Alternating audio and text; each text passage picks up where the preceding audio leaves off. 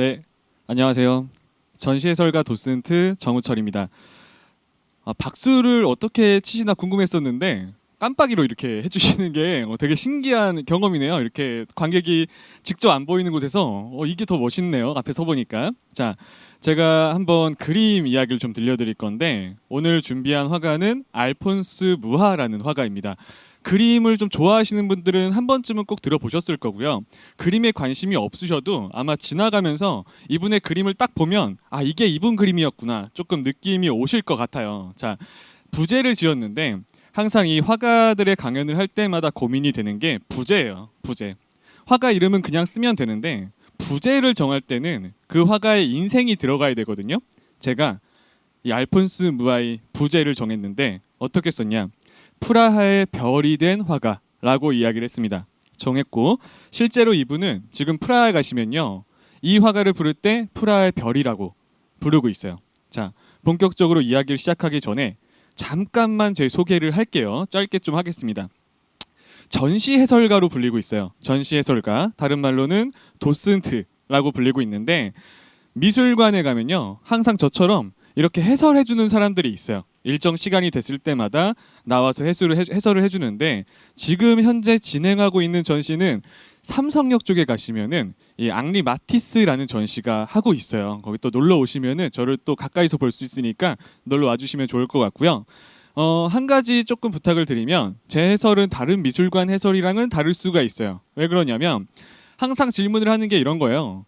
미술을 해설하고 있으니까 전공자냐? 많이 물어보시는데 저는 뜻밖에도 미술 전공자가 아니에요. 저는 원래는 영화를 전공했습니다. 영화를 전공해서 제 해설 특징이 뭐냐면 영화를 공부하면서 시나리오를 배웠어요. 시나리오를. 그래서 제 해설은 딱딱하게 뭐 그림을 분석하는 게 아니고요. 정말 한 편의 이야기를 들려드릴 거예요. 마치 영화를 보는 것처럼 그림으로 본다라고 생각해 주시면 좋을 것 같습니다. 자, 이제 본격적으로 들어가 보도록 할게요. 오늘 만날 화가예요. 알폰스 무아. 늠름하게 생겼죠. 실제로 살아 계실 때도 이 잘생긴 외모로 나름 유명했다라고 하더라고요. 알폰스 무아는 1860년 체코의 모라비아라는 지역에서 태어납니다. 모라비아. 딱 태어났는데 한 가지 재밌는 에피소드를 들려드려야 돼요. 무아가 어릴 적 에피소드인데 굉장히 가난한 집에서 태어났어요. 화가들은 실제로 어릴 때 가난한 집에서 태어난 화가들이 많아요. 특히 지금 거장으로 불리는 사람들. 무아도 똑같았어요. 가난한 집에서 태어났는데 어머니가 아들을 너무 아꼈거든요. 물론 대부분의 다 어머니가 아이를 아끼지만 문제가 뭐였냐면 집이 가난하니까 아이한테 장난감을 사주고 싶었는데 사줄 곳이 도저히 없었대요. 돈도 없었고. 그래서 어머니가 뭘 하냐면 아이가 심심하지 않게 손수 목걸이를 만들어줬어요. 목걸이. 그런데 좀 생뚱맞죠? 아니 애 심심하고 장난감 못 사주는 거랑 대체 목걸이랑 무슨 상관이냐 이렇게 생각을 하실 거예요. 어머니가 만들어준 목걸이 끝에는 이 보석 같은 게 달린 게 아니고요. 연필이 달려 있었대요. 이 연필 목걸이는 무아는 아주 간단하기 때부터 항상 차고 있었던 거예요. 그래서 무아를 공부하다 보면 이런 말이 나와요. 알폰스 무아는 태어나서 제일 먼저 했던 게 그림 그리는 거였다라는 이야기가 나와요. 자, 이 얘기를 왜 하냐면 아주 어릴 때부터 본능적으로 그림을 그렸단 말이에요. 연필이 자꾸 잡히니까. 현재 체코에 가면요. 알폰스 무아의 첫 번째 작품. 이게 첫 작품이다. 딱 전시가 돼 있는데 그게 8살 때 거예요. 8살. 여기서 한번 생각을 해보셔야 돼요. 8살 아이들은 보통 자유롭게 그리라고 하면 뭐 그릴까요? 한번 차 안에서 생각해 보세요. 8살 아이들한테 너네 자유롭게 그려. 뭐 그릴 것 같으세요? 제가 이걸 물어봤어요. 8살 아이들은 가장 많이 그리는 게 엄마 아빠래요. 엄마 아빠. 그리고 집, 동물 이런 순으로 간다라는 거예요. 그런데 제가 알폰스 무아한테 이 얘기를 왜 하냐면 거장이잖아요. 떡잎부터 달랐어요. 알폰스 무아는 친구들이 학교에서 엄마 아빠 그릴 때 십자가에 못 박힌 예술을 그렸어요. 그리고 가져왔단 말이죠. 자, 그게 알폰스 무아의 첫 작품이에요. 그걸 한번 볼게요. 이게 8살 아이가 그린 거예요. 이렇게 그렸어요. 너무 신기하지 않나요? 혹시 신기하시면 깜빡이 켜줄 수 있으세요? 아, 네, 듣고 계시죠? 아, 너무 멋있네요, 이 장면. 네, 자, 이게 8살 아이 그림이에요. 8살 아이가. 이게 정말 놀라운 게 뭐냐면요. 그림 교육을 받은 적도 없어요. 그냥 8살 아이가 혼자 터득한 그림이 이거였어요. 신기하지 않나요? 저는 정말로 어떤 분이 깜빡이를 지금도 켜고 계시네요. 되게 신기하신가 봐요. 이게 자세히 보시면요. 8살 아이가 그렸는데 명암 표시, 이런 그림자 표시까지 다 했어요. 전 이거 되게 신기했거든요. 8살 아이의 그림. 제가 한 가지 말씀을 드리면, 혹시 주변에 8살 아이 아는 애가 있는데, 한 초등학생 애가 학교 가서 이런 거 들고 온다. 잘해 주셔야 돼요. 그 아이는 어떻게 성장할지 몰라요. 자, 그죠? 그런데 무아는 이 정도로 천재성을 가지고 태어났는데, 그 당시에는 천재라 불리는 화가들이 많았어요. 성공을 하려면 어디로 가야 되냐? 이건 지금도 똑같죠. 이 당시에도 화가로 성공하려면 프랑스에 가야죠. 프랑스. 알폰스 무아도 실력을 갈고 닦아서 성공하겠다는 마음을 가지고 프랑스 파리에 도착을 했어요. 그죠? 예술의 중심지였죠. 프랑스에 도착을 했는데, 문제가 뭐냐면 아까 8살 그림도 놀라웠잖아요. 이 당시 파리에 모였던 예술가들은 대부분이 천재였어요. 대부분이. 특별하지 않았거든요. 무아의 실력 정도는. 고생을 엄청나게 해요. 금방 성공할 줄 알았는데, 이 그림으로 돈이 안 벌리니까 무아가 뭘 하냐면 인쇄소 공장에 취업을 했어요. 인쇄소 공장에. 부업인 거죠. 그림으로 돈이 안 벌리니까 성공하기 전까지만 인쇄소에서 일을 하자, 이렇게 들어갔는데, 인쇄소에서 일을 하는데 지금은 성공을 했잖아요. 무아가. 이렇게 오해를 하세요. 무아가 지금 거장이 됐던 건 천재적인 능력이다, 천재성이다 라고 생각을 하는데, 사실 아니에요. 무아가 성공할 수 있었던 건 성실함이에요. 이분이 얼마나 성실했냐면 인쇄소에 취업을 하고도요, 책임감이 너무 커서 매일 출근을 했대요. 빨리 실력을 쌓기 위해서 매일 출근을 했어요. 그러다가 30대가 돼서야 운명의 여인을 만나요. 이분이에요. 배우거든요. 갑자기 생뚱맞게 배우가 나왔죠. 이 화가를 얘기할 땐 이 배우를 꼭 같이 얘기해야 돼요. 이름이 사라 베르나르예요. 사라 베르나르. 어떤 배우냐면, 이분 지금도 프랑스에 가시면 너네 역사상 가장 위대한 배우 몇 명 뽑아봐, 꼭 나오는 사람이에요. 무슨 일이 있었냐면, 무아는 일을 하고 있었는데 딱 그 당시 같은 날에 사라 베르나르가 그 전에 열었던 연극이 흥행에 대참패한 거예요. 흥행에 참패했어요. 고민을 했죠. 어떻게 해야 되나? 안 되겠다. 다시 심기일전하고 연습을 해서 조금 연극을 바꾼 다음에 새로 오픈을 하자라고 생각을 했던 거예요. 그리고 매니저한테 시켰죠. 야, 연극이 좀 바뀌었으니까 포스터도 새로 만들어야 돼. 너 지금 당장 인쇄소에 뛰어가서 포스터 디자인을 새로 하라 그래. 그때 매니저가 막 뛰어갔어요. 그러면 그 전에 포스터는 어땠냐? 사라 베르나르가 흥행에 실패했던 연극 포스터는 이렇게 생겼었어요. 이렇게. 이게 그 당시 실제 연극 포스터예요. 베르나르는 이게 마음에 안 들었죠. 야, 이거는 별로야. 이런 포스터라면 또 흥행에 실패할 거야. 인쇄소에 가서 지금까지 없었던 포스터를 만들라 그래. 완전히 새로운 포스터. 그때 매니저가 인쇄소에 딱 가서 문을 열었는데, 이게 무슨 일이 생기냐면 하필이면 그날이 크리스마스 이브였던 거예요. 크리스마스 이브는요, 서양에서는 우리나라 추석 같은 거예요. 모든 직원이 다 휴가 갔어요. 그런데 인쇄소에 딱 한 명이 있었대요. 그게 무아였어요.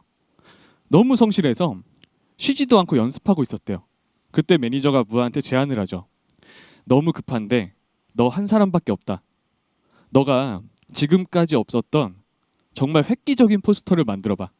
내가 며칠 줄게. 어떻게 해볼래? 그때 무아가 대답을 했죠. 제가 하겠습니다. 정말 지금까지 없었던 새로운 포스터를 만들어 볼게요. 그리고 매니저는 떠나고요. 약속을 해요. 2주 뒤에 올 거니까 완성해놔.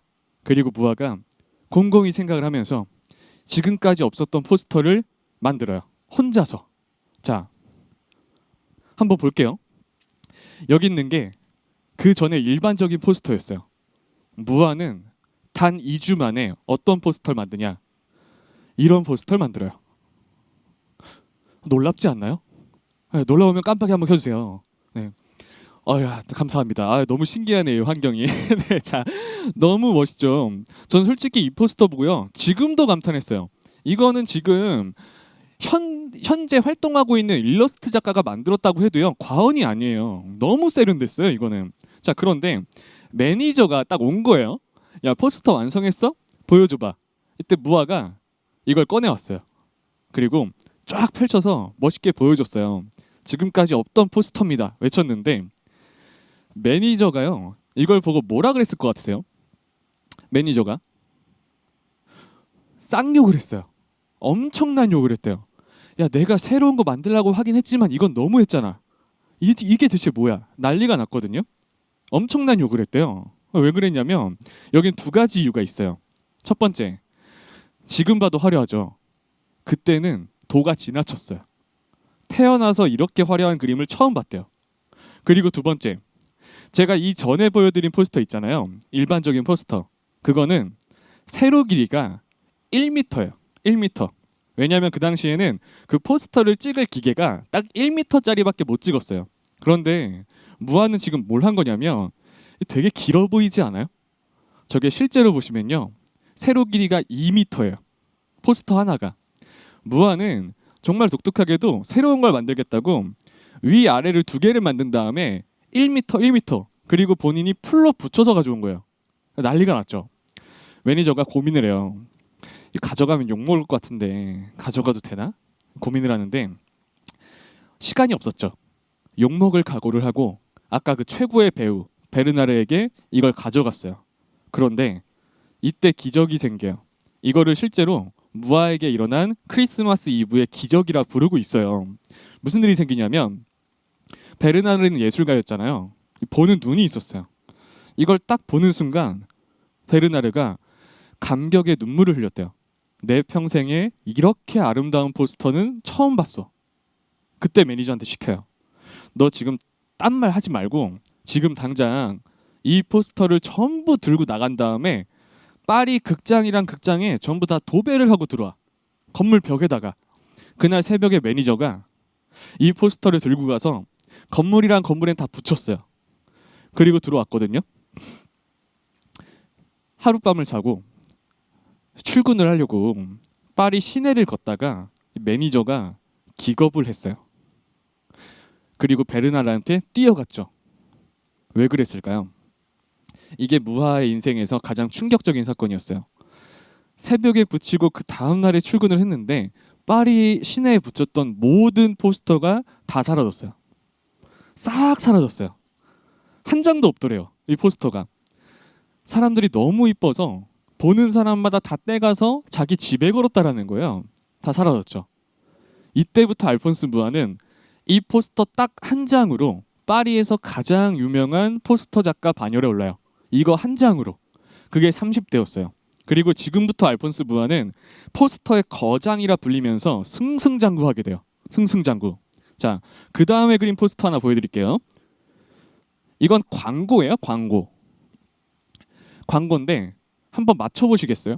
무아의 작품은 맞춰보는 재미가 있어요. 광고예요. 제품 광고예요. 무슨 광고였을까요? 제목이 요비거든요. 무슨 광고였을까요? 이 광고 포스터는 담배 광고예요. 담배 광고. 그래서 여성의 오른손을 보시면 담배가 들려있고 연기가 올라가고 있죠.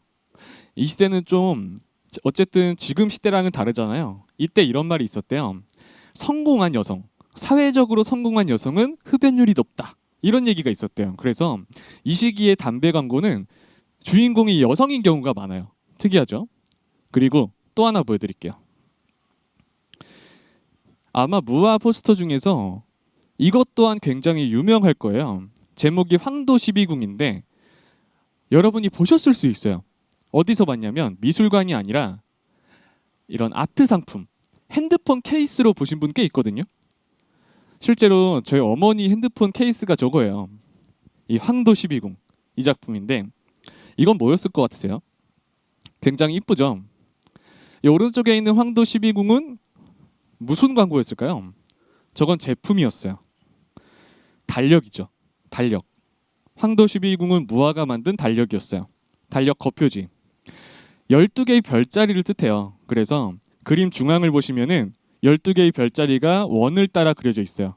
그리고 왼쪽 아래를 보시면 태양을 가리키는 해바라기가 있고 오른쪽 아래를 보시면 달을 가리키는 양귀비가 있어요.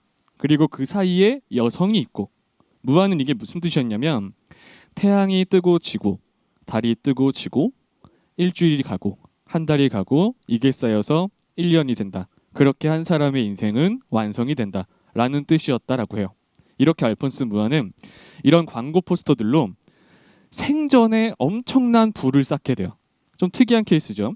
이 시기 예술가들은 좀 가난한 분들이 많았는데 알폰스 무한은 딱 30대부터요.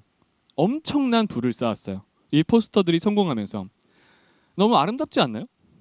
저는 이런 게 길거리에 걸려 있다라고 하면은 정말 너무 기분이 좋을 것 같아요. 그죠? 실제로 이런 말도 들었어요. 알폰스 무아의 포스터가 걸리면 길거리가 전시장으로 바뀌었다. 이 정도의 평가를 받은 사람이었어요. 자, 그리고 화목한 가정도 꾸리죠. 아내분도 굉장히 미인분이죠. 사회적으로 성공도 했고 돈도 많이 벌었고 화목한 가정도 꾸렸어요. 모든 걸 다 이뤘잖아요. 그런데 알폰스 무아는 뭔가 메꿔지지 않았어요. 만약에 여기서 이야기가 끝난다면 무아는 거장이 아니에요. 성공한 상업예술가지. 그런데 지금 무아는 거장으로 불린단 말이죠. 자, 무슨 일이 있었냐면 분명히 난 모든 걸 다 가진 것 같은데 뭔가 없었어요. 마음속에 뭔가 한 가지가 채워지질 않았던 거예요. 곰곰이 생각을 해봤더니 난 계속 그림을 돈을 벌기 위해서만 그렸다. 상업예술만 했다.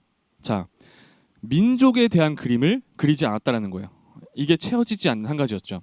이게 딱 50대였어요. 50대. 그때 무아는 새로운 결심을 해요. 파리에서 남는 게 아니라 이제 파리 활동을 접고 내 고국인 체코로 돌아가서 민족을 위한 그림을 그리겠다.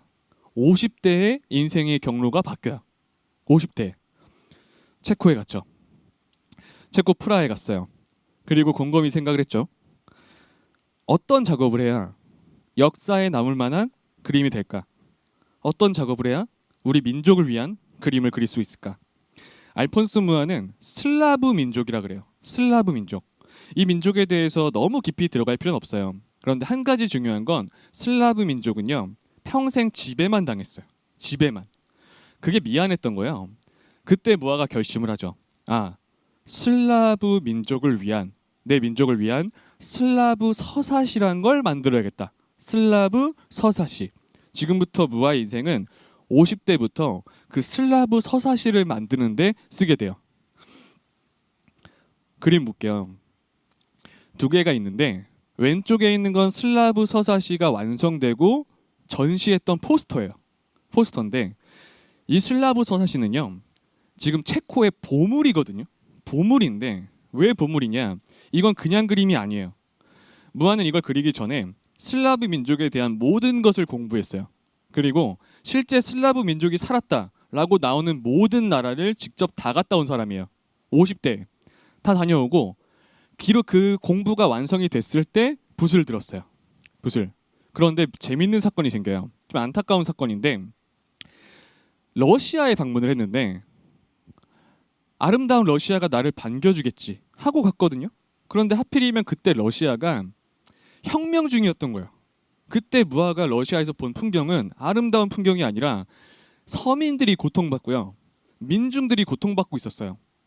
오른쪽 그림 보세요. 러시아 복구라는 제목의 그림인데 아이들이 죽어가고 있고요. 어머니들은 죽은 아이 안고 길거리에서 울고 있더래요. 이게 무아가 봤던 러시아 풍경이었어요. 자, 그림의 제일 중요한 게 뭐냐면 맨 위를 보세요. 맨 위에 양쪽에 비둘기가 그려져 있어요. 좌우에. 그런데 이걸 자세히 보시면요. 비둘기가 그냥 하늘을 나는 게 아니라 화살을 맞았어요. 비둘기가 화살을 맞았어요. 평화가 깨졌다. 이걸 지금 고발하고 있는 거예요. 고발하고 있는 거. 그리고 쭉 밑으로 내려오면 하트가 있죠. 이 하트는 우리가 이 상황을 모른 척하면 안 된다. 이걸 알고 있으면 도와줘야 된다. 무아는 이걸 무료로 제작한 다음에 체코 국민들에게 다 배포했어요. 도와주자고. 자, 그리고 또 하나의 걸작이 나와요. 이 작품과 이어지는 작품이에요. 전 사실은 오늘 강연에서 이 그림을 여러분들께 좀 보여드리고 싶었어요. 그리고 강연이 끝나고 나중에 이 그림을 한 번쯤은 좀 자세히 검색해 보셨으면 좋겠어요. 굉장히 좋은 그림이거든요. 미술 공부를 하다 보면 죽기 전에 꼭 봐야 할 1100개의 명화가 있어요. 1100개의 명화. 그 중에 이 그림이 들어가거든요. 제목이 황야의 여인이에요. 황야의 여인. 그림 보세요. 사막인데 여성이 걷다가 지친 거예요. 도저히 앞이 없어요. 똑같은 사막만 있을 것 같고 미래가 없었죠. 이건 그 당시에 고통받고 있던 한 여성을 보고서, 가난한 서민 여성을 보고서 무화가 그린 거예요. 울고 있는 여성을 보고. 사막에 이제 더 이상 갈 데가 없으니까 여성이 주저앉아서 모든 걸 체념한 듯한 표정으로 하늘을 올려다보고 있죠. 심지어요, 이 그림은 자세히 보시면 더 무시무시해요. 왼쪽에 모래 언덕이 있어요. 저 언덕을 자세히 보셔야 돼요. 나중에 찾아보실 때 저 왼쪽 언덕을 자세히 봐보세요. 늑대 3마리가 있어요. 늑대 3마리. 저 여성이 모든 것을 포기하고 쓰러지면 잡아먹기 위해서 기다리고 있는 거예요. 기다리고 있죠. 그런데 처음에는 이걸 오해할 수가 있어요. 무화가 이런 좌절을 그린 걸까? 좌절을 그린 걸까? 슬픔을 얘기한 걸까? 라고 생각할 수 있는데 이건 그렇지가 않아요. 제가 이 그림이 완성되기 전에 무화가 연습했던 습작을 찾아봤는데요. 습작은 지금 이 그림과 다른 게 하나 있어요. 그게 뭐냐면 이 그림 자세히 보시면은 저 모든 것을 포기한 여성 뒤에 후광이 비치고 있어요. 저 여성을 뒤에서 비춰주고 있거든요. 원래는 연습할 때만 해도 저 후광이 없었어요. 무화가 그림을 완성하다가 완성하기 직전에 후광을 그려 넣었대요. 사실 저거는 위로거든요. 지금 너 앞에 아무것도 안 보이고 더 이상 나아갈 길이 없어 보여도 조금만 더 힘을 내라. 조금만 더 힘을 내면 넌 알게 될 거야. 네 뒤에 후광이 비치고 있었다라는 걸. 이건 위로거든요. 제가 이 그림을 꼭 보여드리고 싶었던 게, 저 그림은 무화를 좋아하는 분들은 항상 찾아봐요. 저 그림을 보는 것만으로도 좀 위로가 된다. 요즘 굉장히 힘든 시기거든요. 서로 마주보고 얼굴 보는 것도 힘들죠. 친구들 만나는 것도 힘들고. 제가 강연할 때마다 힘들다는 얘기밖에 안 들어요. 그런 분들께 이 그림을 꼭 보여드리고 싶었어요. 뒤에 후광이 있다라는 거. 이건 꼭 찾아보셨으면 좋겠습니다. 개인적으로. 이게 무화의 역작 중에 하나예요. 자, 그리고 슬라브 서사시라는 걸 딱 완성하게 되는데, 이걸 그리는데 무화는요 20년이 걸렸어요. 20년. 슬라브 서사시는 딱 20점이거든요. 20점 그리는데 20년을 썼어요. 이걸 완성했을 때 무화는 70대였죠. 왜 그렇게 오래 걸렸냐? 결과적으로 한 점 그리는데 1년 걸렸거든요. 왜 그러냐면 이 작품의 사이즈 때문이에요. 체코의 보물이라고 했죠. 이 슬라브 서사시는 한 점이, 그림 한 점이 가로 길이가 8m예요. 한 점이. 그게 20점이에요. 이렇게 돼 있어요. 현재 체코에 전시하고 있어요. 이 사이즈가 느껴지세요? 규모가? 이게 감동적인 게 뭐냐면 슬라브 민족은 항상 억압받고 있었거든요. 저 그림을 1번부터 쭉 20번까지 보게 되면은 꼭 그 20번째에서 그렇게 감동의 눈물을 흘렸대요. 슬라브 민족이. 마지막 작품 보여드릴게요. 이 슬라브 서사시의 마지막 20번째예요. 슬라브 찬가라는 제목을 가지고 있는 슬라브 서사시 마지막 작품인데 20번째. 마지막은 외치는 거예요. 슬라브여 영원하라. 외치면서 끝나는 작품이죠. 한때 이 코로나라는 게 터지기 전에는요, 체코에 가면 이 그림 앞에서 인증샷 찍는 게 그렇게 유명했다라고 해요. 많이들 찍어 오셨었고, 슬라브 민족들한테 저거는 그냥 그림이 아니라 정말 힘을 주는 그림이었죠. 저걸 보고 있으면 아, 내가 생각보다 소중한 민족이었구나, 내가 생각보다 위대한 민족이었구나 라는 걸 깨닫게 된대요. 무화는 자신의 노년을 다 바쳐서 슬라브 민족들에게 그걸 보여주고 싶었던 거예요. 인생을 다 바쳐서. 자, 그런데 이걸 완성하고 나서 얼마 뒤에 무화에게는 엄청난 위기가 찾아와요. 슬라브 민족들에게. 그 유명한 나치가 등장을 했던 거예요. 그리고 나치는요, 이 독일은 체코 바로 옆에 있거든요. 나치가 체코를 점령해요. 제가 그랬죠. 항상 지배에 당하고 살았다고. 자, 나치가 등장을 하고 체코에 입성을 했는데 무아는 그때 이 위험을 감지했어요. 이제 우리 민족에게 뭔가 안 좋은 일이 생기겠구나. 그 위협을 그림으로 표현한 작품이에요. 제목이 여인과 타는 촛불이란 제목인데 오른쪽에 촛불이 타고 있죠. 꽤 오랜 시간이 지났어요. 촛농이 오래 녹아내렸잖아요. 많이. 여성이 타는 촛불을 바라보고 있는데 저 여성의 가슴을 보시면 무늬가 있어요. 저게 엠블럼인데 체코의 상징이래요. 저 여성은 그냥 일반인이 아니라 체코 여신이에요. 체코 여신. 체코 여신이 타는 촛불을 바라보고 있죠. 그리고 뒷배경을 잘 보셔야 돼요. 뒷배경. 저게 그냥 벽지가 아니고요. 자세히 보시면 지도예요. 체코 지도예요. 체코 지도. 지도 앞에서 체코 여신이 타는 촛불을 바라보고 있는 거예요. 그 촛불에서 연기가 올라와서 체코 지도를 가리고 있죠. 그래서 배경이 점점 어두워지고 있는 거예요. 무아는 이때부터 위협을 느꼈어요. 우리 민족과 나에게 뭔가 무서운 일이 생기겠구나. 나치가 우리에게 해를 가하겠구나. 자, 그리고 그 무아의 생각은 얼마 안 가서 현실로 벌어져요. 한 민족이 다른 민족을 지배할 때 우선시하는 게 뭘까요? 민족성을 짓밟는 거였대요. 그런데 알폰스 무아의 슬라브 서사시를 보게 되면 그 민족성이 다시 살아나는 거예요. 나치한테 방해거리였죠. 원래는 나치가 저 슬라브 서사시를 불태우려고 그랬어요. 그런데 지금 남아있죠. 체코의 보물로. 무아의 자녀들이 그걸 알고 미리 꽁꽁 숨겨놨대요. 그랬더니 나치가 방향을 바꿔요. 저걸 그린 무아라도 잡아가야겠다. 게슈타포가 무아를 납치해가요. 그리고 고문을 하죠. 무아가 고문당했을 때 나이가 무려 71세였어요. 그냥 고문을 하죠. 고문 받다가 풀려나긴 했는데 고문에 대한 후유증이 너무 심해서 나치에게 풀려나고 며칠 뒤에 무아는 세상을 떠나게 돼요. 사실상 나치가 죽인 거나 마찬가지였거든요. 자, 그런데 나치가 심지어요.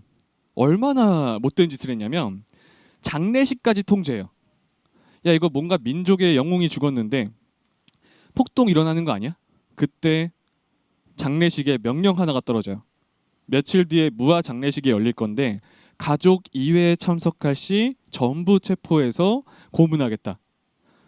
그것 때문에 무아 자녀들, 가족들끼리만 쓸쓸하게 이 장례식을 치르고 있을 때 무아 인생에 마지막 기적이라 불리는 사건이 생겨요. 무슨 일이 생기냐면 이렇게 장례식을 치르고 나치의 고문 협박에도 불구하고 무아가 가는 길을 배우게 죽였다며 그날 무아의 장례식장에 슬라브 민족 10만 명이 모여요. 단 하루 만에 10만 명이 모여서 무아가 가는 길을 배웅해 주게 되죠. 그때 그 10만 명의 슬라브인들이 장례식장에서 외친 말이 있어요. 무아는 우리의 민족성을 깨워줬기 때문에 우리의 영웅이다. 그리고 이런 말을 하죠. 알폰스 무아는 죽어서 프라하의 별이 되었다. 이때부터 무아는 지금까지도 단순히 화가가 아니라 프라하의 별이라 부르고 있어요. 애국자로 통하거든요. 그리고 그날 장례식장에는 이런 연설문이 읊어지게 되죠. 영원한 평화 속에서 편히 쉬거라. 체코는 훌륭한 아들을 결코 잊지 않았으며 앞으로도 절대 잊지 않을 것이다. 이런 연설을 하게 되죠. 자, 제가 오늘 이 강연을 하면서 꼭 하고 싶었던 건 무아라는 사람을 단순히 예쁜 그림을 그린 화가라고만 생각하는 분들이 꽤 있어요. 그런데 무아는 노년에 자신의 인생을 다 바쳐서 민족을 위한 순수 예술을 했거든요. 그래서 왜 무아가 거장이고 왜 지금까지 역사에 등록될 정도의 화가가 됐는지 오늘 이 시간을 통해서 좀 알아보는 시간이 됐길 바라겠습니다. 전 이걸로 오늘 제 강연은 마치도록 하겠습니다. 지금까지 전시 해설가 도슨트 정우철이었습니다.